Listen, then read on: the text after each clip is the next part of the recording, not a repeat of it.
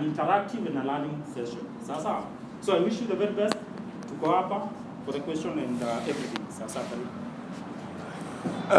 Hi guys. Mko poa? Mnanisikia huko nyuma? My name is Aswani. I am a writer and also recently I started blogging about writing on my YouTube channel. Many of you may have already seen some of my videos. So I've been doing writing for about 7 years, and before I even go to what I wanted to discuss today, I just like to give you a history of my background so that maybe you can relate to that. So I did my Form 4 in 2014 and that was the first time I came to Nairobi as an adult. I had visited Nairobi, but at the time I was very young. But after fourth form, that's when I came to Nairobi. And one thing when you come to Nairobi as a man, or let's just say as a youth, ni kutafuta job, ni kutafuta hustle. So I started doing marketing. Maybe mshainiona somewhere nikifanya marketing. I used to do product activations. At the time I was working for a betting company, and tulikuwa nalipwa dhao per day. After hiyo dhao tuso inakuwa withheld ya fare. So basically like 800 per day. It wasn't bad off because, first job. It was actually my first taste of the corporate world. But for me, I really didn't like the corporate experience because you work long hours. But hiyo I add up because saizi kama kunajua hivi you're doing activations, and you have to talk to people, convince people to buy the product or, bet. And betting is a very sensitive thing. Many people don't want others to know that they actually bet. So you approach a guy, unamwambia ni aje, unabet ataki hiyo sto. But yeye ni gambler, but nchini ama ataki kusikiza. Unampatia flyer, unatoa amechukua alafu anatupa hapo mbele. Sometimes you feel so bad about that because you really put in a lot of good work, but high move. Na employer anataka ukuje na paper fulani umeandika watu wenye umeregister hiyo siku. So sometimes you even have to cook numbers. We just cook numbers and write. Sasa zingine unashikwa, they have to call and counter check like, hey there, did you meet one of our agents akakuintroduce kwa hii product? Because you just picked a random number from Facebook, obviously utashikwa. And we are working for around 16 days a month. So that's around 16,000. But at the end of that period, you have already squandered everything because hii jua ikikamu hivi, you have to buy soda, you have to buy water, sometimes njaa inakupiga. But it was just something I could do at the time. So siku moja hiyo job ikaisha, so sasa kukaa kwa nyumba. I remember I stayed in a house for 3 months without paying rent because you don't know where money is coming. At that time niko college, I was in UN, and you have to buy padlocks, 3 padlocks, so that you add to. Kwa hiyo kichapi ndio caretaker asipate nafasi ya kuweka yake. And then you don't have to leave the house. Because unajua ukitoka kwa hao utapata find a way na wires so in fact kuna time moja alibai a very thin padlock. I don't know where they found them. Ikatosha ile space ilibaki. Akanilokia nje. And there's nothing as bad as uko broke na unajua for sure hakuna do inakuja. Sometimes when you've worked and somebody hasn't paid you, you sort of just feel nice, feel like, and utatuma any time, you can pray to God and say, nilifanya kazi, so you do the rest, convince your msee akulipe. But you go to pale, there's nothing coming in, there's no money you're expecting from anywhere, you are in school. At the time pia nilikuwa na kubalance classes na job because marketing will travel. Sometimes naenda kufanya Machakos, Vika, so obviously shule ina suffer. In fact ukiangalia my first year nilianguka hadi com skills yenye kila mtu upita. Okay, sikupata su, but it wasn't a good grade. I wasn't proud of that grade because I didn't attend classes. And then one day my girlfriend at the time nilikuwa namkatia hiyo time but alikuwa hajaingia box. So when aliingia box akaniambia kuna kitu tonga writing. Unaweza fanya writing and you get paid. Mimi sikuwa najua unaweza fanya writing just sitting in your house and you do some assignments and you get paid because after nimemaliza fourth form nilienda kwa cyber.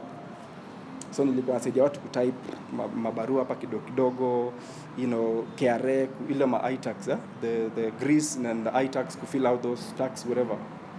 but sana ilikuwa sawa na mambo ya computer, so I'm okay. But even in the cyber, I would file returns za teachers kama 50 in a day, na moja ilikuwa punch, but the cyber guy will just give me 200 shillings. So unamuuliza sasa tu, so nimekundia hii do yote, unaona. So nilikuwa poa computer, but I never really knew you can sit just in the house, help people, and you get paid for that.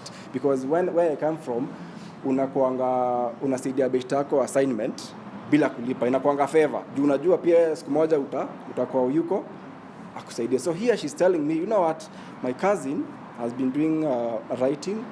Na writing basically involves kusaidia wasee with the assignments. So I'm like, okay, why not? Let me try.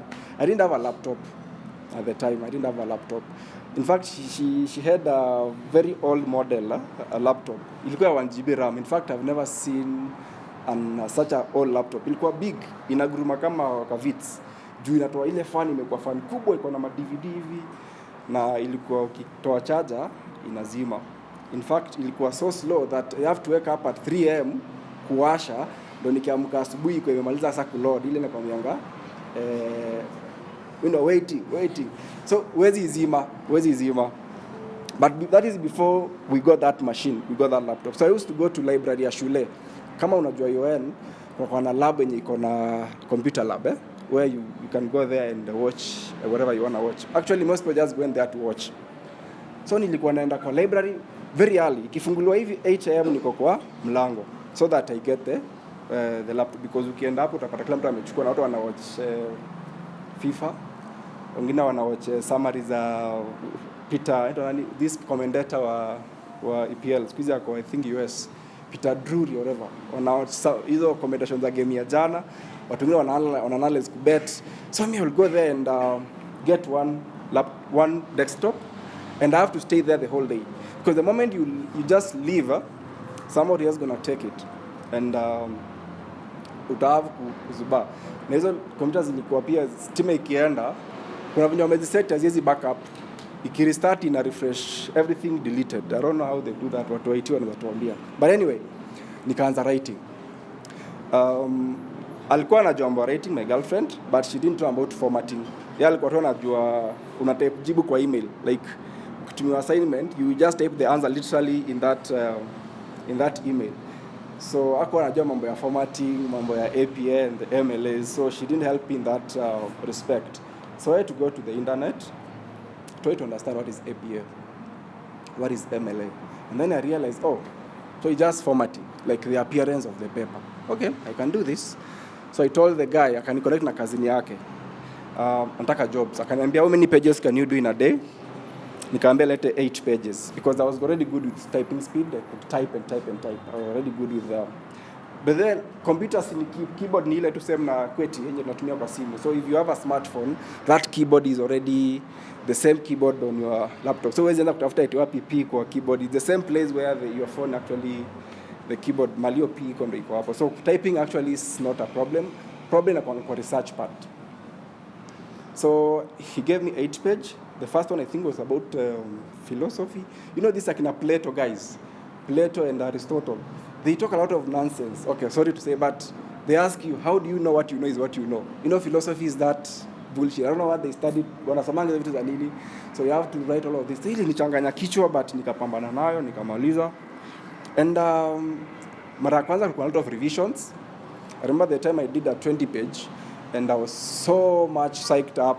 And then when I was asking for payment, the guy is telling me hii job ilikuwa rejected. Unajua sasa ushaambia raia leo na buy lunch. Leo lunch is on me, because unajua 20 page ikikam uko sorted. And then kuandika invoice aniambia, it was funny because zile pages mingi ndo zilikuwa zinapatikana na refund rates zimerudishwa, so I don't get paid for that. But tuliendelea tu, alikuwa anani mentor akiniambia, you know what, read this article. Kuna kazi ya writer mwingine anafanya, ananiambia pitia ione venye ilifanywa. And at first ilikuwa nakasirika because more niambia nifanye revision. And I think for those when you wafanya writing, employer yako akikwambia ufanye revision unakasirika. You feel like juu sana na usiku anakuamsha, maana ananiamsha. Sometimes you even have to lie that somebody kwenye amekufa. How many of you have killed people because of a revision? Somebody, I'm in a burial, I'm going to... Kuna siku nishaidanganyana niko admitted hadi OC, but that was a different story. The guy refused to pay me. So I had to say that nimeadmitiwa, hata naenda ICU saizi as you speak, you need to send me something, okay? Yeah, so to cut a long story short, academic writing is basically helping students with their assignments. And I know somebody might, especially SDS, they are so ethical. Okay, I'm just joking, but most of our brothers and sisters from the SDA, they like straight up things, no earrings, no nothing. So they'll be most concerned about the ethical part of it. So I'll just put it plainly. Sometimes academic writing is unethical, okay? Because you're going to help a student. By the way, my approach in Akwanga, I help you learn. I don't expect the paper I'm going to do for you, you will go and submit it as your own. I expect that you'll use it to understand the concepts in class, and then you do it yourself. But sometimes you help a student because they are time pressed, they submit whatever you gave, they just edit their name and they submit it as part of their own work. And sometimes it's unethical because you think about it, this person may be a nurse, maybe a doctor. If you're a man, utapeleka demu wako OC, and this is a person who will be operating on your wife. Okay? They'll forget a scalpel inside her womb. They'll forget to remove the placenta. They'll leave it in there because they were support. They walikuwa nasaidiwa, okay? But we just hope that they learn hands-on, because I know for medics, even if you are done with your degree, you'll have to go up to a period of internship where you really get the hands-on experience. So that's the side. So basically, academic writing is helping students learn. That is the approach. You're not here to make sure they get everything right so that they can submit it as part of their own. So that's why when I'm offering these tutoring services, I emphasize that my role here is to just help you understand these concepts so that you can actually do them yourself next time. But again, if you think about it, if I help these students so much that anaweza kuwa independent, I lose the client, right? So you have to balance, because ukimchanua sana, the guy is gone for good, okay? Academic writing is about helping students. And I want to talk about a few things about academic writing. And one is that academic writing is very precise. When you're writing, you have to be straight to the point. There's no beating around the bush. There's no giving stories. I remember when you were in lower primary, would be given a composition to write, and you have to give proverbs. Nilitembea aste aste, komadaha tausika kando. Those are things we used to say because ilikuwa ina make sense at that time. Ile proverbs, in this case, there's nothing like that. You have to be very direct. You have to be very straight to the point. You need to avoid beating around the bush. Academic writing is also formal. It is a formal way of expressing yourself. So obviously, if it's formal, you expect that we will not have a lot of slang, so to speak. Vitu kama sheng, ile lugha tunaongea mtaani, what's up, how are you doing, vitu hazikubaliwi kwa academic writing because it's a formal way of writing. The other thing about academic writing is that it is purely research-based. You need to put your opinions kando kabisa. But even if you have an opinion, make sure the opinion is supported by science. So academic writing involves a lot of research. It is very objective in terms of whatever you are talking about. It doesn't have to be your opinion. For example, today I may tell you, discuss some of the effects of COVID-19. And where you stand, where you sit, you might feel like COVID-19 made people broke. And then you go and write there, COVID-19 made people broke. Well, in fact, ni wewe tu na rende yako mulisota. Watu wengine walikuwa na do. So what I'm saying here is academic writing. Before you say COVID-19 made people broke, you need to find that there's scientific backing of whatever you're saying. Because what a scientist will do, a scientist will collect data across a population, and then they will analyze the data, and then the data will now say, indeed, COVID-19 sort of reduced people's incomes. So when you're writing, in academic writing, try to avoid personal opinions, try to avoid subjective writing, okay?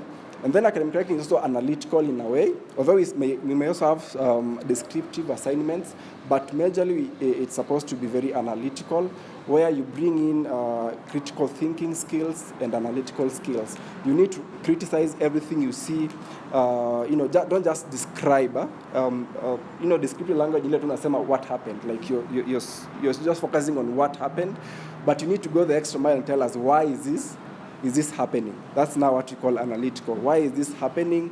Who are involved? For how long has it been happening, and all those things. Now, what is not academic writing? This is now what is not academic writing. Sio mahali unataka kuandika vitu zako za emotions. In most cases, it's not about giving a personal story. In most cases, it's about kuongelea facts. Okay? Academic writing pia is not contract cheating. I tend to isolate that because ukikuja hapo unafikiria academic writing ni about kusaidia tu assign assignments and exams, but there's a greater goal than that. What you're doing, you're helping the student understand kitu wanasoma shule. And most of us tumekuwa shule, sometimes tunafunzwa na lecturer na uelewi. It happens. Some lecturers maybe because wamekuwa wamezeka kidogo, unapata ende anafunza vitu za IT, but yeye unapata ni mtu mzee na hajarudi shule kusoma the latest IT stuff, but yeye anafunza IT, so unajaribu kumwelewa, ajue venye ata interact na nyinyi, and then you struggle for exams. So that's where we come in. We try to break the concepts and make sure to make a bits that are easily digestible to you as a student. Academic writing sio mali unakuja na kizungu ya PLO Lumumba. Okay? It's not PLO Lumumba-ish English. It's the simplest English possible. Why do I say this? Most of the students who require our services are already struggling. They're already struggling in class. So ukianza kuleta kizungu mingi, what are you doing to this student? Ataelewa kweli? And in fact, most of our clients are from China, for example. These Chinese have gone to Australia, to Canada, to the US to study. So they are basically going to English-speaking countries. They are struggling in class. And for those who know, education is very expensive in those countries. It's very expensive. And when you fail a unit or a course, you have to retake it, and you have to pay fees for that. So this Chinese guy is in America and is studying in the University of New Orleans. Amerealize wazazi waliuza ng'ombe. Oh, China hakuna ng'ombe. Ni ndovu. I think they have elephants. Anyway, mzazi amejituma, amejenga bridge. They come and construct our bridges here. They send the kid to the US. But mwanafunzi anaanguka. Na si eti ni mjinga, ni juu ya language issues. Haezi express vizuri. And I know kuna translators. You can easily use Google Translate to translate anything to any language you want. But again, kuna translation laws. And some of these students are not tech savvy. They don't know kuna hizo technologies. So they struggle in class. Amekupea assignment, unaanza kuweka English perfect. Unataka kuwa English yako ikuwe ya PLO Lumumba, ya kina Babu Owino. What are you doing to this student? Hata mwalimu satajua tu. Jana, Zing, they have their names in XX. Couldn't even express a sentence in English. But today, this guy is writing a very nice essay of 1,000 words. I mean, you ought to be a very stupid lecturer not to notice, right? Okay? So academic writing is about being simple. Just put things in the plain language. Don't overcomplicate anything, okay? I made some notes here. So I want to talk about the starter pack. The starter pack of academic writing. Kama starter pack ya watu wa Mogoka, inakuanga zile viatu zinaitwanga nini? Kuna zile viatu, the boots fulani hivi zinakuanga brown na kakofia fulani kanakuanga funny hivi. Najango mseni wa Mogoka. Basa hapa tuko starter pack ya writers. Starter pack unahitaji skills. You need training. You can self-train. These days it's so easy. We have so many people providing training online for free. For example, I have a YouTube channel, Epicason. You can check it out later. I have very good tutorials on academic writing. You can just go there and learn on your own. You don't have to pay anybody anything. Maybe just buy bundles or go to a cafe when you're on a Wi-Fi, now earphones zako, watch and learn. So number one is training. And I get many people telling me that don't train fast. Look for job alafu ukuje utrain. Sidhani this is the correct way to do. A doctor, if you want to become a doctor, you don't go first of all do applications kwa HOC. Ukikuwa accepted, now you go back to school and start studying. Okay? You have to get the skills first. Use the skills to get job. People tell me, I'm a trainer. By that I train. They tell me, if you train me, will you employ me? And I tell them, umefika wapi kwa level education? Niambia nimegraduate last year. But this guy alienda class 1 to class 8, akamaliza akalipa fee, akaenda form 1 to form 4 akamaliza akilipa fee, first year to fourth year akilipa fee. Na all along hizo mashule zilikuwa zinamuemploy. Hakuwa anaemploywa na hizo shule. Na alikuwa tu anasoma with the hope akimaliza shule atapata job. But sasa anakuja kwa writing anataka kwanza ni mwashwe and employ. I'm like, did your university assure you of a job before you signed up there? No. It's the same thing here. Just try and get the skills, use the skills to look for work. Because these people we are calling employers or clients, they only give you one shot. You screw it up, you're done. They give you one assignment, you do it. Ukifanya vibaya, it's done. Hata nataka kujua kama umeimprove skills zako 10 years to come. Trust ilisha break. So hata usianze kuomba watu job before kueshua kwamba umetrain. And I've said you can self-train. Some people are very smart.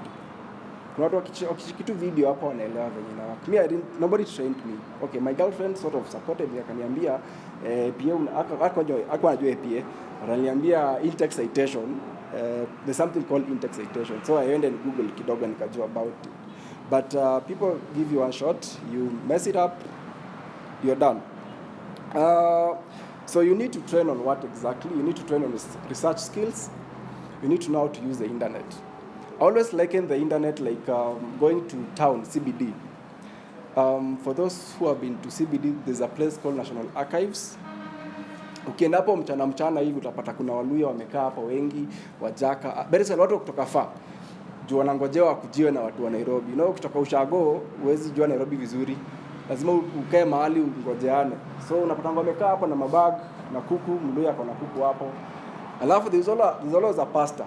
Other than watu wakuuza SIM card, pale archives, watu wanauzanga SIM card za telco, yeah, na Airtel. Other than those people, you will find kuna pastors, na kuna ile handheld amplifier, the one, Moses Saka, sema. So you go there to that place. So many people seated there. Uambeo pastor hiyo, that amplifier, and then you ask, hey guys, nimetoka boda ni ile boda huko kwa Lui ndo nini? Nimetoka huko nimepotea. Ito Sirare ama nimetoka tu far. Nimepotea, I'm looking for Central Bank. So kuna watu wengi, wanakupatia majibu. There's this guy anakawa M Global. Nice suit. Amenyonga tai kabisa, amenyoa kipara inamulika kama Chebukati siku ya Bomas. Alafu ameweka kale kama hapa na pen na briefcase. Very nice. Amenyoa kabisa si kama mimi hivi. Anakuja anakuambia, hey, bro, they always say bro, brother. But see bro, ni brother, yao ni brother. They say it in full, brother. They introduce themselves, they tell you, to get to Central Bank, just go straight on this, Moi Avenue, right? Moi Avenue, right? Just go straight on Moi Avenue.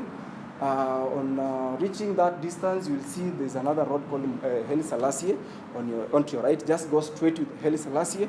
On your right, you'll see a building in Mandiko, Bank Kuu ya Kenya. That's where your location is. Very nice. And he goes away. There's a second guy who is coming. Anakaa kama mimi. Shaggy hair, earphones, amevaa zile pete zinakuanga mingi, okay? Zile za watu wale ngumi mbili, those genje, genje.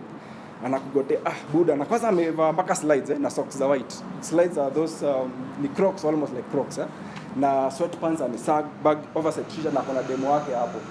Wanashare simu, wanashare earphones, na kuna ball gum.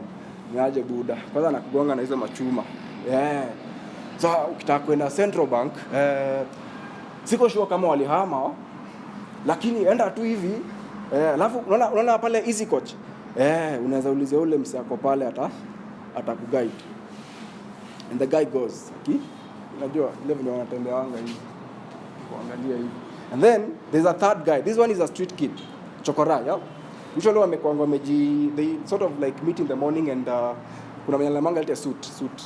Kuja na suit kesho. They smear all over their face so that they look seriously in need. You know what they do? They smear suit all over their face. So the only thing you see in macho, na they are sniffing some glue. Uchokora anakuambia pia, boss, niaje? Central Bank iko na hivi.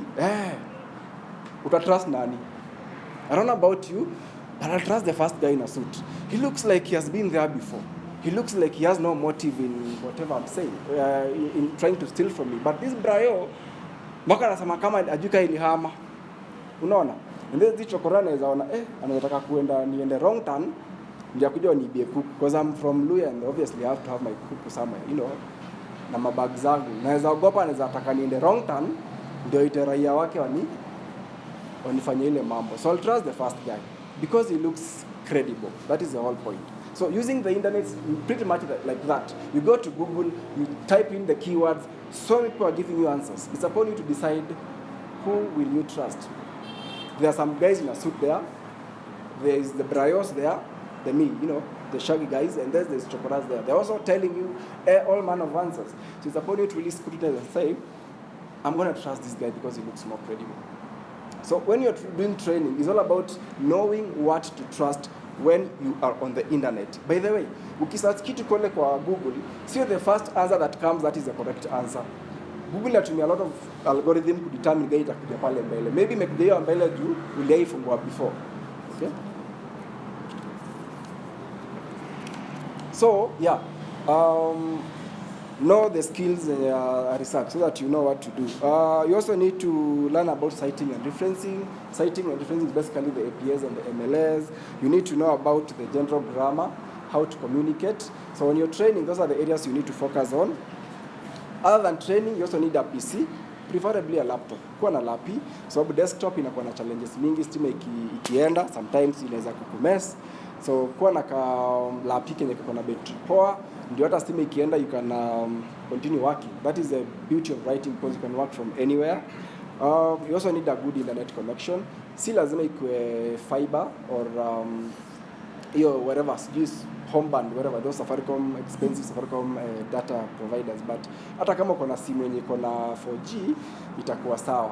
The only issue na kuna nao na metered connections, you're doing a lot of research, and the pages you open on the internet, some of them have videos they are loading. Those videos consume a lot of data. So sometimes they're quite expensive in the long run. So if you can get, if you're living in apartments, because most apartments, they have Wi-Fi. So, and some of these Wi-Fi are very cheap. You can just pull the sources together with a friend, and then you just pay the Wi-Fi, the fibers. Itakuwa easier for you. But don't do it before you actually start working and making money. Ukianza unaweza tuna mobile data, and then ukiona income inakuja vizuri, then you can now make the commitment of it, getting the fibers and all that. And then you also need to have a right attitude. Writing is all about attitude. Kuna mse nilikuwa na train, anakuja ile siku amesota na ananiambia ni mtrain. Na mtrain, at that time I was training for free. Anafanya 2 page, nampatia hiyo do, alafu anaenda misi. Hizo ameuza some wanakuwa farmers, wameuza some stuff, so akona do hataki writing. Writing mimi siwezi fanya, mimi siwezani. Akisota ni anarudi. Hawezi survive kwa na hiyo attitude. Unafaa kuwa na the right attitude, kuwa na right commitment. So that's the starter pack. Tumesema unafaa kuwa na your training, you need to have the skills, you need to have a PC, good internet, you also need to have a good connection. So where do you find work once you're done training? You can find work by working with direct clients. Tunaitanga DC, direct client. So you can look for direct clients, and there are so many platforms you can do that. Number one, you can create a platform. Personally, I have a YouTube channel. So that YouTube channel, I get an inquiry every day. I'll get somebody calling me, asking me, kama nizamfanyia job. So if you have a platform, clients will look for you. I'm not saying lazima ufungue YouTube channel, every one of you. You can even open a Twitter page. Somebody was telling me alifungua Twitter handle, and then alikuwa anajaribu kufollow wanafunzi. So you have a Twitter handle, you go and look for University of London, kwa mfano, and then you look at the posts that the tweets that University of London has been publishing, and then ukiangalia unapata kuna comments.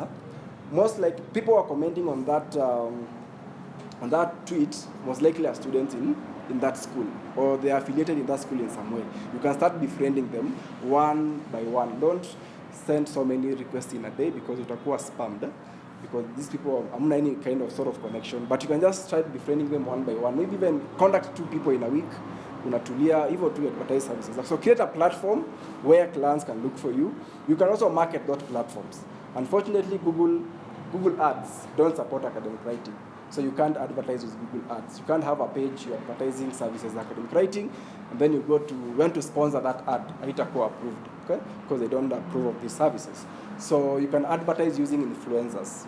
So if you have a DJ, umefollow University of London, you notice kuna DJ anafollow pia university, was like this DJ is a celebrity in the school, unaweza ongea naye, mwambie kwa advertise, mpatie kitu. So that is one. That's how you get direct clients. Na hii ndio iko na domo because you get to keep the whole share of the money that umepewa umshare na mtu. The other thing unaweza fanya is working under someone. So if you don't want to work with the DCs, you don't want to look for clients, you look for somebody that has clients, like that has a lot of work, and then you work for them.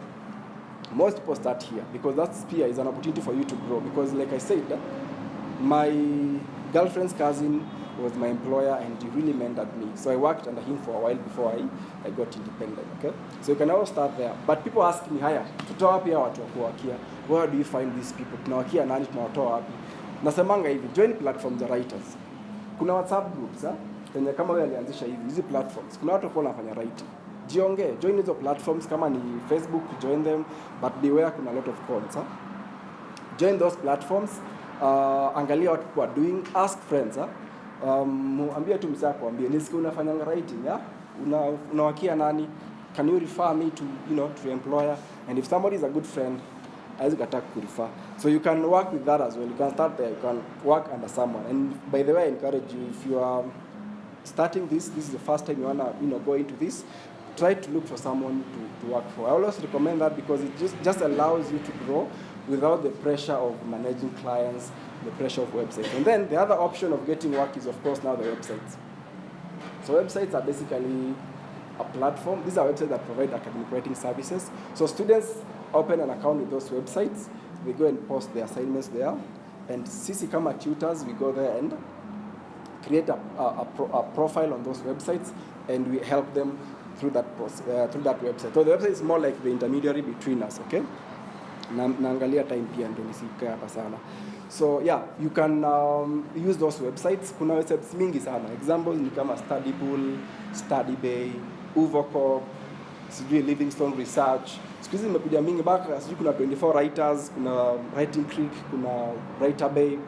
Ziko mingi sana. So unaenda hapo na create an account and then unaweza anza provide services zako pale. But I'll talking about creating an account in a minute.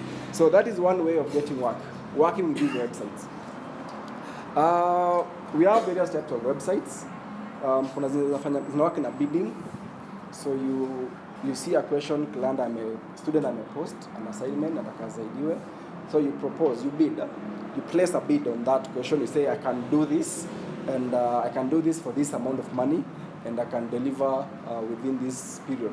So the student will typically look at all those that have placed their bids and select the one that feel at a handle. But obviously ataangalia your stats, ataangalia your work history, umekuwa ukifanyaje, uko na refund rates gani, vitu kama hizo. But sometimes pia ni website inaweza assign automatically. Utakuwa umebid kama watu 100 on one question. The website itaangalia a range of factors related to when you are bid, including work history. So if you have worked with this student before, you have a higher chance of being given that question. But of course, they also look at other factors like your ratings. Basically, the algorithm will look at a number of things before they assign to whichever writer will work on that assignment. So those are to our website, Study Pool today. They're able to sign up. But obviously, watakupea test. They have to verify that unaweza fanya kazi. So they'll give you test. Na hizo test zinakuanga shida sana kwa watu wengi because sometimes hata watu kama mimi naweza fungua na katai na niko na experience, okay? So kuna venye tu inakuanga sometimes luck, but you can just open it yourself for free. But when you're opening it, go ready kufanya hizo tests. Sometimes they may ask you to send verification documents kama your national ID or passport. They can ask you for a DL. They can ask you for academic transcripts. So before you go there, make sure you're ready. Na pia saa zingine za kwa application unafanya in one sitting. So pia ukianza kwa register, make sure at least uko na hiyo space yenye mtu atakuwa na disrupt hivyo. Unamaliza the whole process in one sitting. That's what I mean. So kuwa hivyo. Mostly they need your email and a phone number.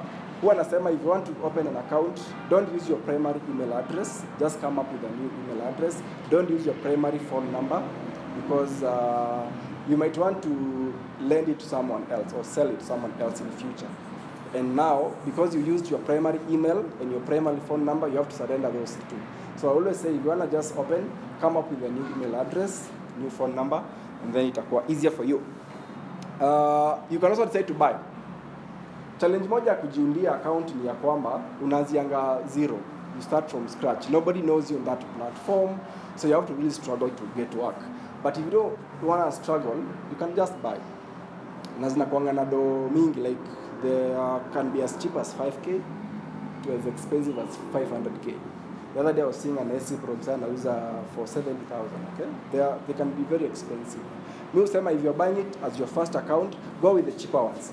Go kama you are 30k and below, because that is your first account, so that you can upgrade from there. Don't go there and buy account ya 200k because you have the money. Inakuanga na very thin line. The line between you having an account na ifungwe is very thin. You can have an account today and tomorrow you don't have it. Something happened along the way and they don't even explain. They just tell you violated one of our rules. An account imefungwa. You haven't even recouped your money. So I always say before you go in, anza pole pole. Start with a cheaper account, ona venye nakupeleka, and then you can just upgrade. But you can actually buy. When you're buying, angalia legitimacy of the seller. Kuna cons wengi sana hapa. Wamejaa. So make sure you're buying from somebody that is legit. We have people that are established kama wao with 2 accounts. Watafute. Hata meeting physically is not guaranteed that hata kupona. Tunaweza meet nawe physically ni kuuzia account na niende pale ni change details za hiyo email. Na nikupatia. Na tumemeet physically. So people say hapana, mimi nitakubaya account lazima to meet physically. They think now meeting physical size a guarantee utakoniwa. Utamit physically, ndakuuzia account. Those who understand how Google works, Gmail account, as long as I log in from my recognized IP address and the cookies are there, there's a way I can easily claim that account within the 7-day window. So I can just go back and claim the account. So even if meeting physically, that does not guarantee that utakuwa pond. So usually nasemanga, use referrals. When you want to buy an account, use somebody that has bought from someone before. Ndio at least unareduce your chance ya kuponiwa. Pia fanya due diligence, jua bei, usiende kubuy account alafu uziwe account ya 100k na kumbe ni worth 30k. Fanya diligence ujue how much it actually costs. Vitu zingine ni obviously before buy angalia the ratings of that account. Kama kuna any warnings, kama kuna any suspension that can affect your earnings, you need to understand. That means kama buy SA Pro kwa mfano, I'd rather you get somebody that has used SA Pro before, mwenye you consider a close friend, akusaidia kuguide akwambie hizi ratings ziko sawa, hizi haziko sawa, this is the things you need to look at before you buy. Earnings potential, how much can you make doing writing? The average price per page is around 250. Either on the average, but not only per the result and above. So that is 250 bob per page. The laziest writer, I will do 2 pages, 1 page every 2 hours. That is the laziest writer. Mwenye si lazy, new bit 7 mwenye ajui sana na maana interest sana kufanya. You can do 2 pages, 1 page every 2 hours. So if you give yourself 8 hours, you do 4 pages. So 4 pages in 8 hours. So if you say today I'm going to work for 8 hours, and you're the lazy type or just the newbie type, you can see yourself completing 4 pages in a day. So 4 pages in a day, and the minimum is 250 per page. That is like 1,000 bob per day. So if you work for 20 days in a month, because I don't expect you to work every day, if you work for 20 days in a month, you're looking at 20k per month. I can tell you not many people who are going huko na masuti, they are making that. Okay? Kuna watu wengi sana wanawako makampuni, production, they're not even making that much. So if you can make 20k and you're lazy, when you to Netflix, when you to a Chelsea, you want to watch game, you want to watch news. So that is some good money, okay? If you can make 20k a month, that's a good money. But most serious writers, when you are serious, they'll do anywhere between 8 pages and 20 pages in a day. So you do your maths. And most serious writers will also work around 25 days a month. So if you do your math, you see kuna do. So mimi usema, if uko na job and any consistent source of employment, kuna enough work, jiweke target at least 40k a month.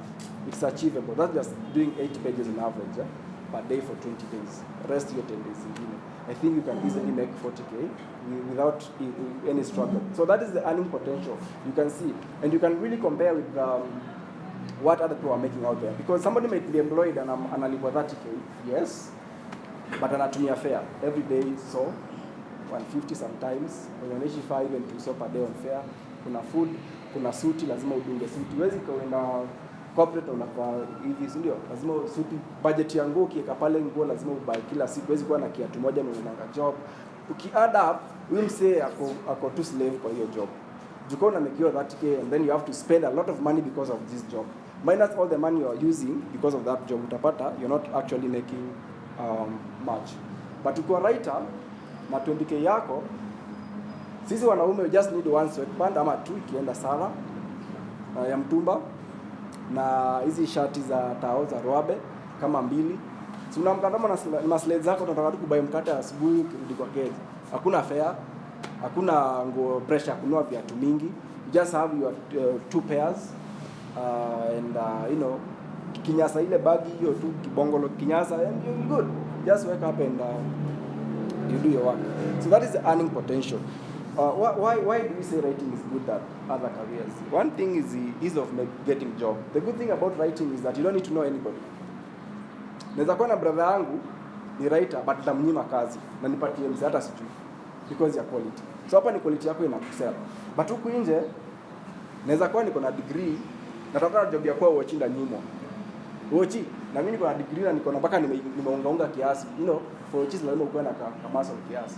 So niko na muscle, nimetoka gym, hata nimeenda hapo nikinuka sweat. Hata nyima job sijuani, jua kwa mtu ananijua. But huko writing, somebody will just call me and niambie wazee nataka job. Mwambie sawa, acha nipatie trial, nione vile ninafanya. Afanye poa. Tunawaka. Tutai meet anywhere. Simu tu na tunawaka. Na inaendelea vizuri. So mimi husema kutamak kutafuta job ni more stressful than kutafuta job kwa writing industry. Ni easy sana upate job. Kompea kwanza saa hizi wenye tribalism imejaa country yetu, yenye lazima ujue somebody who knows someone. Ni challenging sana kupata job huko. So mimi nasema hata kama ndio nataka kutafuta corporate, because corporate ni poa, sometimes kuna advantage zake, kuna merit zake. Unaweza tafutanga corporate ukienda kufanya writing, ndio inakusupport upate hata fare ya kwenda kudrop your CV mahali. So writing ni easy sana upate hiyo job. Kitu kingine about writing pia of course ni convenience. Una work time unataka, una work from anywhere. Ukijisikia leo sijisikii work, nobody asks you anything. You don't just say niko feel poor leo, feel your mood.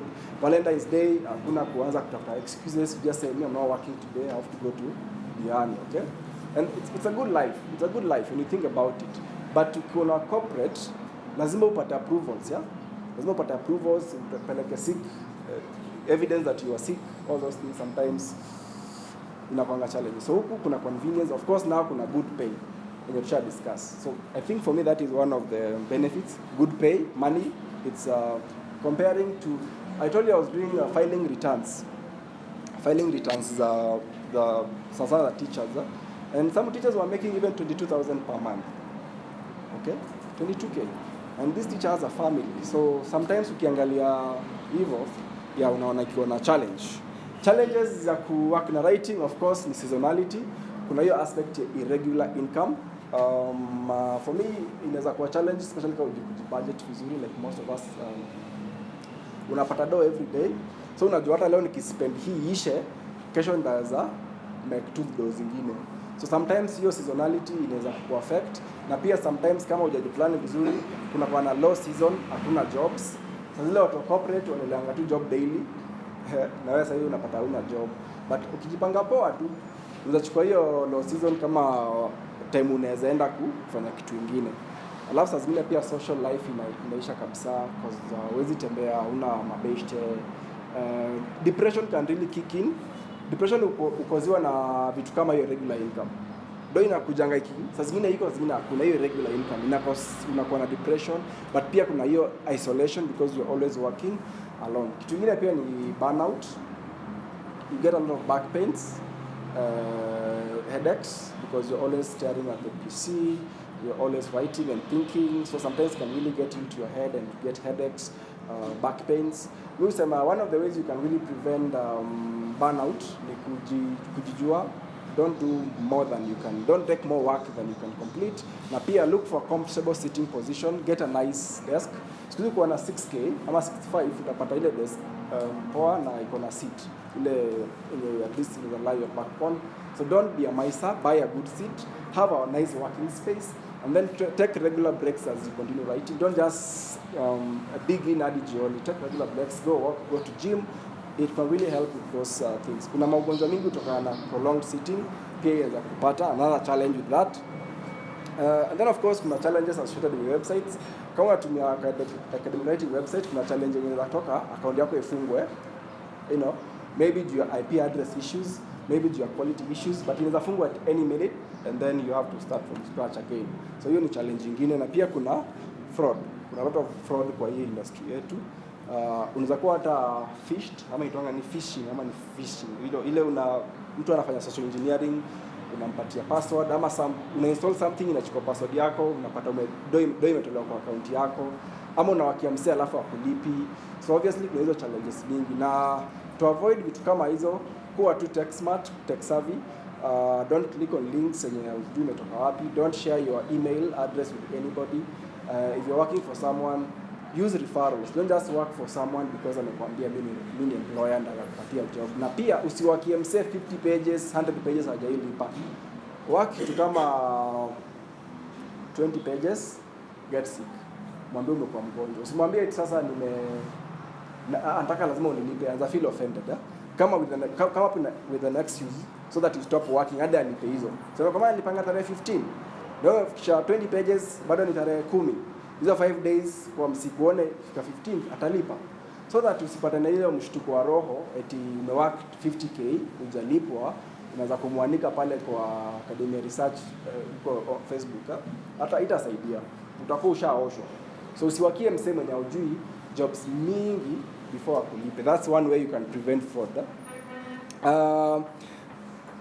Nikimalizia, how do you make the most out of academic writing? How do you really make it something that you can really make good money from? Number one, don't treat it as a side hustle. It's a full-time job. In fact, more than full-time, because as a writer, you're on call 24 hours in a day. So see kama 8 to 5, it's actually more than 8 to 5. So just treat it as a full-time job, because the moment you start treating it as a side hustle, that's where utakosa kazi juu. Client akikuja anataka ufanyiwe assignment, na hiyo siku wewe umeenda kupiga sherehe, na lazima afanyiwe assignment, anatafuta somebody else. Wale kuna mpatianga 80% anafurahi. But you somebody else ambaye anapatia hiyo siku ampatie 90. At least utarudi umwambia sasa niko available, ushampoteza. So that is one thing unafahamu jua. Pia kama unawakia msee, the moment una mess, kila siku una mess, hata kupea job. So it's a full-time thing. You treat them mentality ya kwamba hii ni full-time job. The other thing pia, jaribu kuinvest your dough kwa kitu kingine. Especially itakusaidia kwa kuhandle ile vitu ya seasonality. At least unajua hata season ikiwa low, niko nakuanga na shop ya kuuza tu viatu. I think that can really help you with that seasonality issue. Invest somewhere else so that hata usikia hata mzee usiji kuna mabots eyes mekaa take over writing where ushtuki, okay? Because you know anyway I've really diversified my income. Another thing, look for direct clients. The best way to survive as a writer is look for direct clients. Ukiwakia msee for long, unapata client alipa dhao, but unapatanga visoma 250. Hii 7 so msee amekeep. Unaona? So if you can find a way to kumtoa kwa hiyo equation, work na msee directly, you don't need to do a lot of pages to make 10k for fun. So look for DCs. DCs is the way to go. Now I've seen people even coming up with websites. People even have websites these days. I'm not saying you go that direction necessarily, but if you have a way you can get DCs, please, that is a good option rather than even using websites and working under someone. That is a sustainable way for me, because if you have a DC, hata wakisema wana block hizo sites zote za writing, wafunge study books and everything, wawezi funga email yenu, wawezi kufungia WhatsApp. You can still communicate with the client on WhatsApp and they can give you a job. And then of course, focus on continuous quality improvement. Don't just sit. Jua kama APA 9 imetokea, kama APA 8 imetokea. Jua, just be in the know so that unajua how you can improve regularly so that quality yako inakuwa top notch, hautailaka kazi. Alafu try to focus on easy areas zenye zinakuwa na domop kama engineering, programming, statistics, hizo data analysis. You can go take a short course ya statistics. Go and take that course. Zinakuanga offered kwa hizi university kwa chini ya zinakuanga chini butchery juu unapata kuna kwa university. You can just go there, maybe at 30k, learn programming, learn data analysis, learn accounting. Hizo vitu zinakuwa na do. Utafanya job mingi ndio umeka do. So ukipata mtu anakupa chance ya ku learn vitu kama programming, shell kind of free. Why not? Just go and learn programming. Kama mtafunza website development, web development, go and learn that thing. because hizo ndo zinakuanga na do, because project moja iko na do mob za kusort rent for even 2 months. Project moja tu unafanya na 3 days ama 2 days and you're done. Focus on other dissertations and my thesis. That one I think for me can really help you select a niche wewe unajua hapa watu si wengi. Lakini ukianza kufanya hizi courses za kila mtu, hizi courses za watu wa motorbikes, watu wa motorbikes wako na madegrees na kwa nyumba. Si mnapatana huko wote, mnang'ang'ania hiyo job moja na mko wengi. So inabidi hata client student anaamua kushukisha bei mko wengi. Anawalipa $4 jua mko wengi anyway na mtu atachukua tu. But ukifocus hizo vitu zingine ngumu za watu wengi wanaogopa, mathematics and all those things, utakuwa sawa. So hiyo ndio tunaweza sema unaweza jaribu. Kama unaweza kuspecialize, kwa unaweza fanya all the general stuff. Kama unaweza fanya, but pia kwa ile area yako ya specialty. Kama ni programming unasema mimi ninaweza fanya programming ikitokea. So kufikia hapo I think I'm done unless kuna questions. Alafu tumalizie so that we also allow another speaker to speak. Kama kuna maswali, si tunaweza fanya namna hiyo. Ama tuulize maswali. Kama kuna swali related to what I've talked about, anything that you like to know, maybe that I haven't talked about, tunaweza ongelea haraka before ni cut. Okay. Yes. We've just talked about you do training. Yes. Or how much is the fee for training? Mimi charge $3,000 kwa training. Class inataka about a week na ni virtual. We don't like meet physically. So ni $3,000 na nakufunza everything. Na hiyo package ina include mentorship all along. In fact, ukipata sasa job, ile job yako ya kwanza umepata, uniambie nimepata saa mtu anataka kunipea job, ndaanza aje na kwambia come to discuss hiyo swali. Nakwambia okay, inafaa ufanye hivi na ufanye hivi na ufanye hivi. Alafu ukishamaliza tunaangalia, tunapitia kwanza, tunaona iko sawa, ndio unatumia calendar wako. We can do that even for the first like 10 assignments as long as unaniambia in time. Usiniambie sasa hivi nataka tupitie hii job na iko next 2 hours, unafaa utume because sasa hivi labda niko tao, labda niko kwa hii conference hapa, I can't help you. But ni $3,000 ina cover everything writing. I don't promise I'll employ you because I only have a few jobs. I don't promise that I'll link you with anybody, but that just having the skills and having that exposure, because sometimes I get calls, people calling me and wananiambia nataka writer. So I just refer you to that person.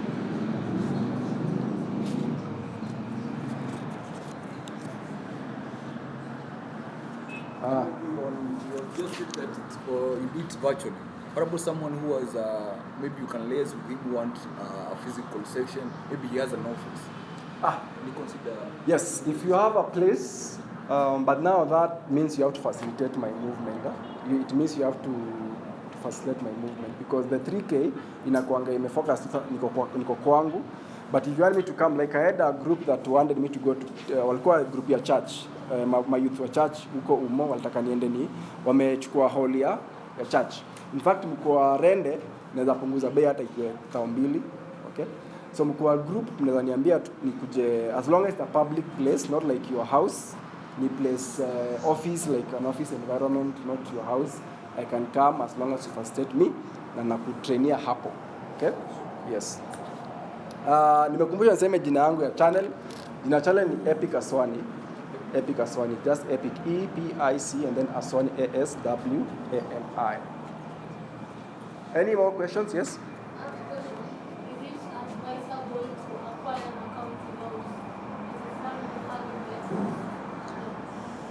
Kama uko na hiyo option, like there's somebody who is willing to give you work, muwakia atakaa ni 2 months.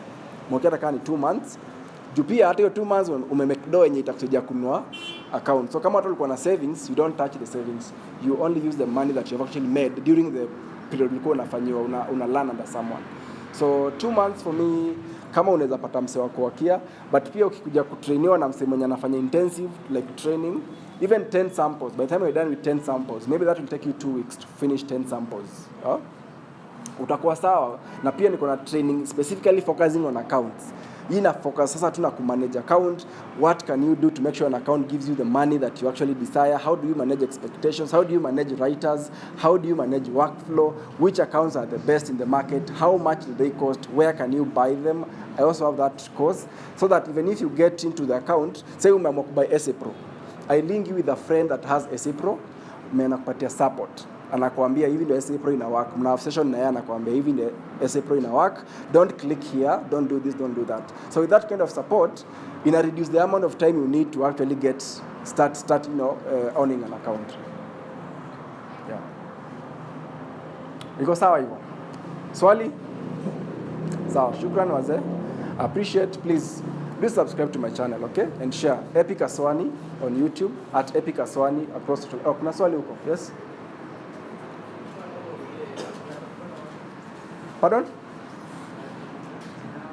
Jina langu ni Epic Aswani kwa YouTube. Pale kwa YouTube kuna details zangu za contact information zote, my phone number, my email address, everything. Social media zangu zote ni Epic Aswani except Facebook. Facebook natumia jina moja tu, Aswani. Facebook Aswani peke yake, but Twitter, Instagram Epic Aswani, YouTube Epic Aswani. So kuna namba yangu ya simu hapo, but pia namba yangu naweza acha tu hapo, unaweza pata, alafu tunabonga. Si hivyo? Kuna swali? Mine is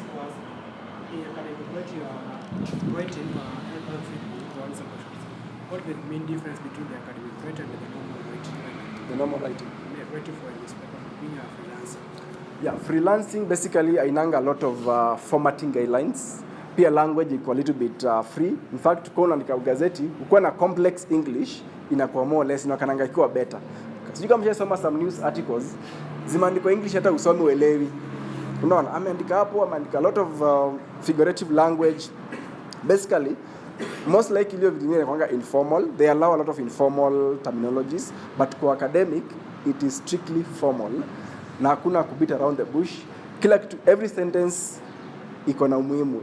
Okay? Hakuna sentence unaweka tu ya kuongeza juice to that conversation. So academic pia alafu iko na rules za formatting, but huko kwingine unapata those rules may not necessarily apply.